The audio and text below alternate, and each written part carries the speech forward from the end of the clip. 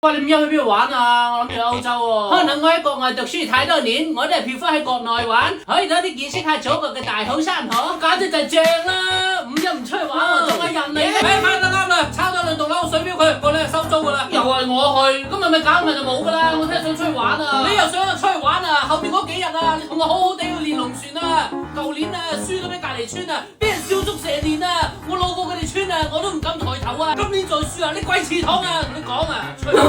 喂，小明，唔知去邊度玩啊？玩鬼玩馬咩？我留喺屋企照顧我阿爺啊！你睇住，你老豆老母咧？老母去咗旅遊啦，咁梗係我睇住噶啦。如果咪俾人咁好死啊？年紀冇做嘢啦，佢唔催我揾嘢做，仲日日俾錢俾我使啊！睇啱我喺屋企照顧我阿爺咯。不過都好啦，喺屋企受阿爺啲氣啊，好過出去打工啊，受啲二打工嘅氣啊。等老豆老母翻嚟再揾你出嚟飲茶啦。